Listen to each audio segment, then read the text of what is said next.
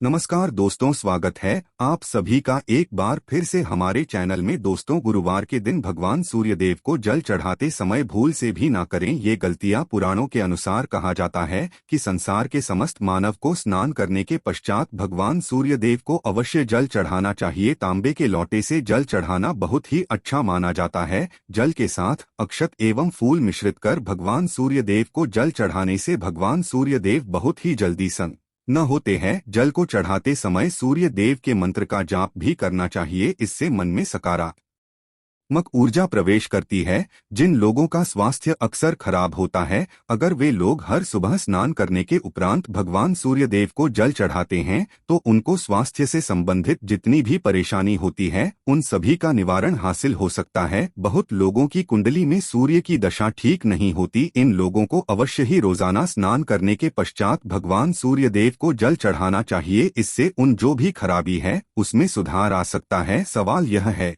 कि सूर्य भगवान को कैसे जल चढ़ाएं एवं कब जल चढ़ाएं। चलिए अब हम बात करते हैं कि भगवान सूर्य यदेव को जल चढ़ाते समय हमें किन बातों का ध्यान रखना चाहिए। अगर आप भगवान सूर्यदेव को जल चढ़ाते समय ये गलतियां कर रहे हैं तो भगवान सूर्यदेव को जल चढ़ाना और ना चढ़ाना एक समान है। आइए जानते हैं भगवान सूर्यदेव को जल चढ़ाते समय होने वाली गलतियों के बारे में। हो सकता है कि इन्हीं गलतियों के कारण आपके रोजाना सूर्यदेव को जल देने से भी आपको किसी भी तरह का कोई लाभ हासिल नहीं हो पा रहा है। परंतु दोस्तों, उससे पहले आपसे रिक्वेस्ट करते हैं कि वीडियो को लाइक जरूर करिएगा, दोस्तों को शेयर कर दीजिएगा और अगर आपने अभी तक चैनल को सब्सक्राइब नहीं किया है, चैनल को सब्सक्राइब करके बेल आइकन दबाइएगा। सबसे पहली बात, पूर्व की ओर मुख्य रखें। सूर्य देव को हमेशा पूर्व की ओर मुख रख के जल चढ़ाना चाहिए। जल चढ़ाते उस जल की छींटे आपके पैरों के ऊपर नहीं पड़नी चाहिए। हमेशा इस बात का ध्यान रखिए कि जहां से भी आप जल चढ़ा रहे हैं उस स्थान से भगवान सूर्यदेव को देने वाले अर्घ्य का जल आपके पैर में किसी भी हाल में नहीं गिरना चाहिए। अगर जल चढ़ाते वक्त आपके पैर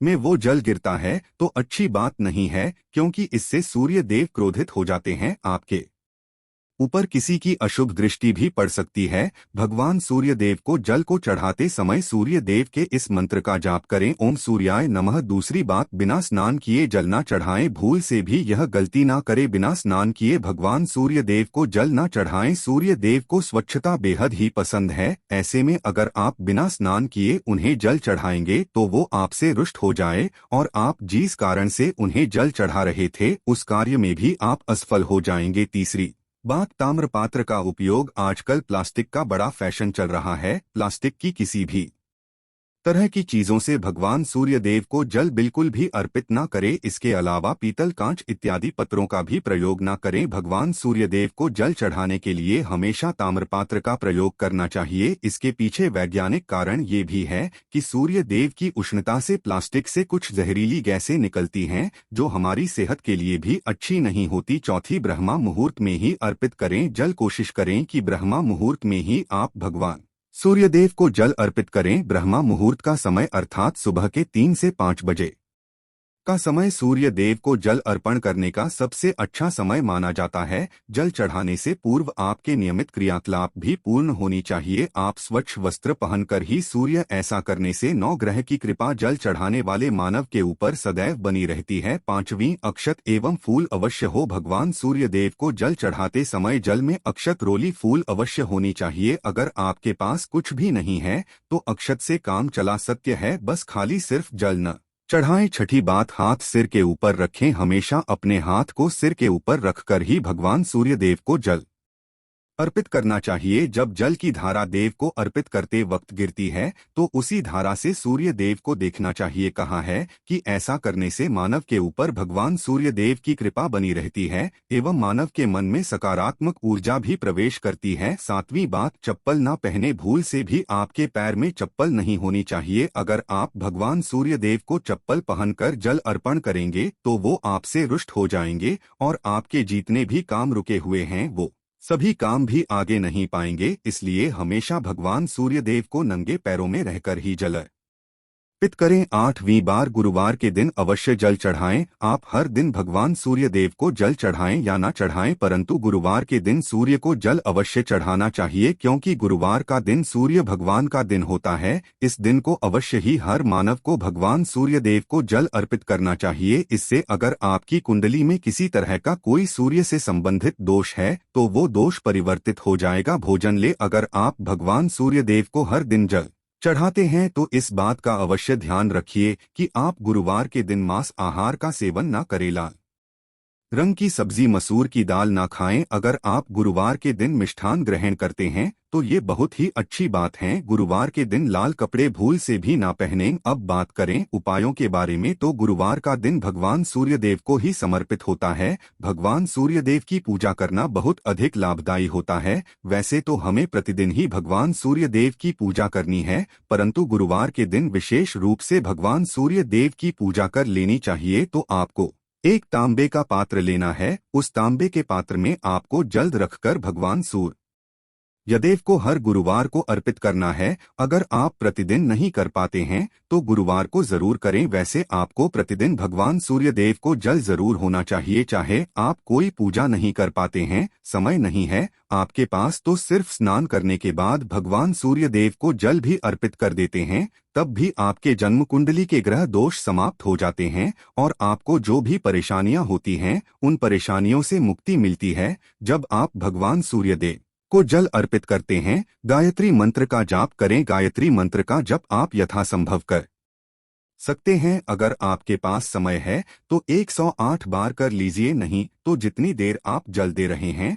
वहां पर खड़े होकर सूर्य देव के सामने 5 मिनट तक कर लीजिए। इससे बहुत लाभ होता है। गायत्री मंत्र का जप करने से, जैसे भगवान सूर्य देव को जल अर्पित करते समय जब हम गायत्री मंत्र का जप करते हैं तो हमारी नौकरी में अगर कोई बाधा आती है तो वो दूर होती है, नकारात्मक ऊर्जा दूर होती है। गुरुवार के दिन सुबह जब आप भगवान सूर्य देव को अर्घ्य देते हैं तो उसमें थोड़ा सा गुण लीजिए। इससे क्या होगा, इससे आपकी सभी कामनाएं पूर्ण होंगी। अगर आप भगवान सूर्य देव को जल अर्पित करते हैं, उसमें साथ थोड़ा गुड़ मिलाकर अर्पित करते हैं तो आपकी सभी कामनाएं पूर्ण हो जाती हैं। भाग्य का साथ बहुत लोगों को नहीं मिलता है। बहुत से लोग कंप्लेंट करते हैं कि हमारा भाग्य हमारा साथ नहीं देता है। ऐसे में भाग्य का कारक माना गया है, प्रबल कारक माना गया है भगवान सूर्य देव को। तो जब आप भगवान सूर्य देव सुबह जल देते हैं तो जल देते समय आपको गायत्री मंत्र का जप करना है और उसके अलावा आपको भाग्य का साथ चाहिए तो गुरुवार के दिन गुड़ और चावल का दान करना अच्छा माना जाता है। गेहूं का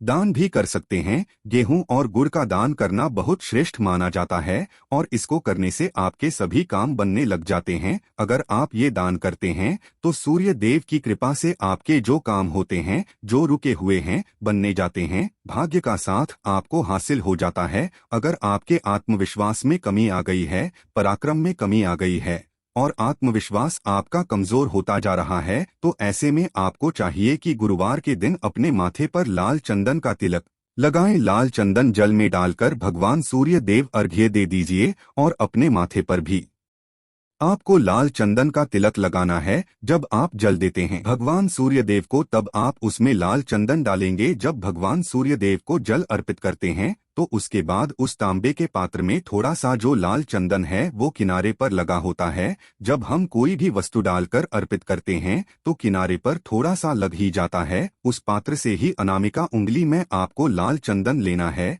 और इसे अपने मस्तक पर है। अगर आप ये प्रतिदिन करते हैं तो निश्चित बहुत जल्दी आपके आकर्षण में वृद्धि होती है, आपके सभी काम लग जाते हैं। आप अगर व्यापार करते हैं तो आप जिनसे भी डीलिंग करते हैं, जिनसे भी आपका व्यापार है, जिनसे भी आपका व्यापारिक रिश्ता है, बहुत मजबूत स्थिति में होता है। आपके मान सम्मान के साथ आपके आत्मविश्वास में भी वृद्धि होती है। भगवान सूर्य देव की कृपा पाना चाहते हैं तो लाल मसूर की दाल किसी ब्राह्मण को गुरुवार के दिन दान कीजिए। अगर आप ब्राह्मण को लाल मसूर की दाल दान करते हैं तो इससे आपके जन्म कुंडली ग्रह दोष दूर होते हैं। ये आप 7 गुरुवार कर लीजिए जैसे कि आप दान करते हैं। अब जैसे इस गुरुवार से आपने शुरू किया तो 7 गुरुवार लगातार कर देंगे तो आपको बहुत जल्दी लाभ हो जाता है। ग्रह दोषों से मुक्ति मिल जाती है। गुरुवार के दिन गुड़ खाकर किसी काम पर निकलना चाहिए। जैसे प्रातःकाल आप थोड़ा सा गुड़ खा लेते हैं तो इससे भगवान सूर्य देव जाते हैं।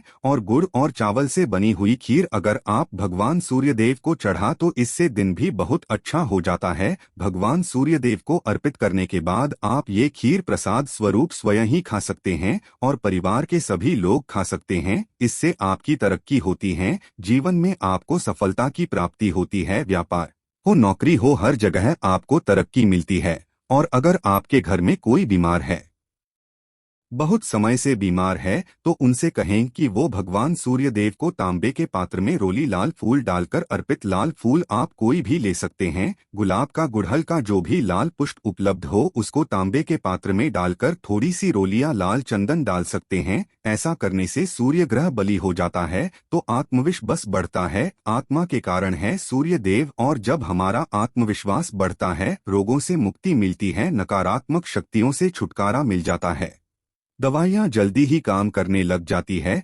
गुरुवार के दिन आदित्य हृदय स्तोत्र का पाठ जरूर करना चाहिए। अगर आप चाहते हैं आपको सूर्य ग्रह का पूर्ण लाभ हासिल हो, चाहे आपकी जन्म कुंडली में सूर्य मजबूत स्थिति में भी हो, तब भी गुरुवार को आपको आदित्य हृदय स्तोत्र का पाठ जरूर करना चाहिए। आदित्य हृदय स्तोत्र का पाठ अगर आप 3 बार करते हैं प्रतिदिन या फिर 3 बार गुरुवार को भी कर लेते हैं तो इससे भी आपके जीवन की परेशानियां दूर होती है। आपके मन में कोई भी ना हो, हमने शुरू में ही कहा, गुण चाहिए, संतान चाहिए, मान चाहिए, आत्मविश्वास चाहिए, शिक्षा में सफलता चाहिए, नौकरी में सफलता चाहिए, सरकारी नौकरी चाहिए। जीवन में आपकी कोई भी परेशानी हो, उस परेशानी से मुक्ति पाने के लिए आपका आत्मविश्वास बली होना बहुत आवश्यक है। अगर आपके अंदर आत्मविश्वास होगा तो आप किसी भी परेशानी से मुक्ति पा लेंगे। और आत्मविश्वास की प्राप्ति तभी होती है जब हमारी जन्म कुंडली में अच्छी स्थिति में एक बहुत ही अचूक उपाय हम आपसे शेयर करने वाले हैं।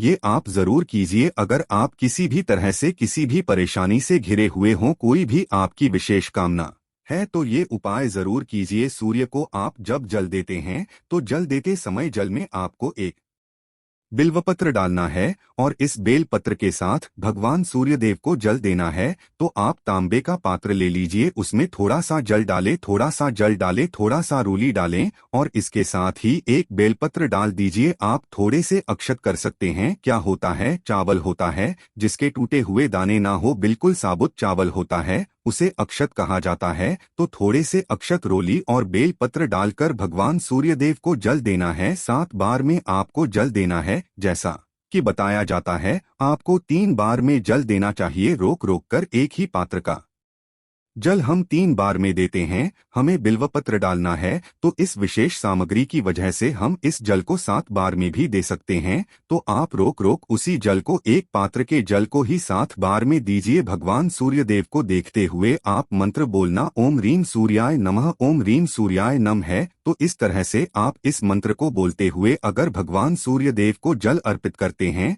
तो जल्दी ही आपके मन की कामनाएं पूर्ण हो जाती है। आपकी जो भी कामना है भगवान सूर्यदेव से कहीं थोड़े समय तक आप आदित्य हृदय स्तोत्र का पाठ कर सकते हैं। चाहे तो 1 या 3 बार या फिर 108 बार गायत्री मंत्र का जाप कर लीजिए, या भगवान सूर्यदेव का कोई भी एक मंत्र जिसका आप 108 बार जप कर सकते हैं। जरूर इस प्रयोग को करने के बाद कीजिए, इससे आपकी कामना बहुत जल्दी पूर्ण हो जाती है। दोस्त, आज की वीडियो में हमने सूर्य को मजबूत करने का उपाय बताया। सूर्य को मजबूत करना बहुत आवश्यक है। सूर्य आत्मा के कारक है और सबसे जरूरी है आत्मविश्वास का बली होना। अगर हम जीवन किसी भी तरह की सफलता पाना चाहते हैं तो बहुत जरूरी है कि आप भगवान सूर्यदेव जी की आराधना कीजिए, प्रतिदिन कीजिए और गुरुवार के दिन विशेष रूप से कीजिए। उम्मीद करते हैं आज की वीडियो से आपको लाभ अवश्य होगा। आज के लिए बस इतना ही। अगर आप भी चाहते हैं कि मां लक्ष्मी जी की कृपा आप पर बनी रहे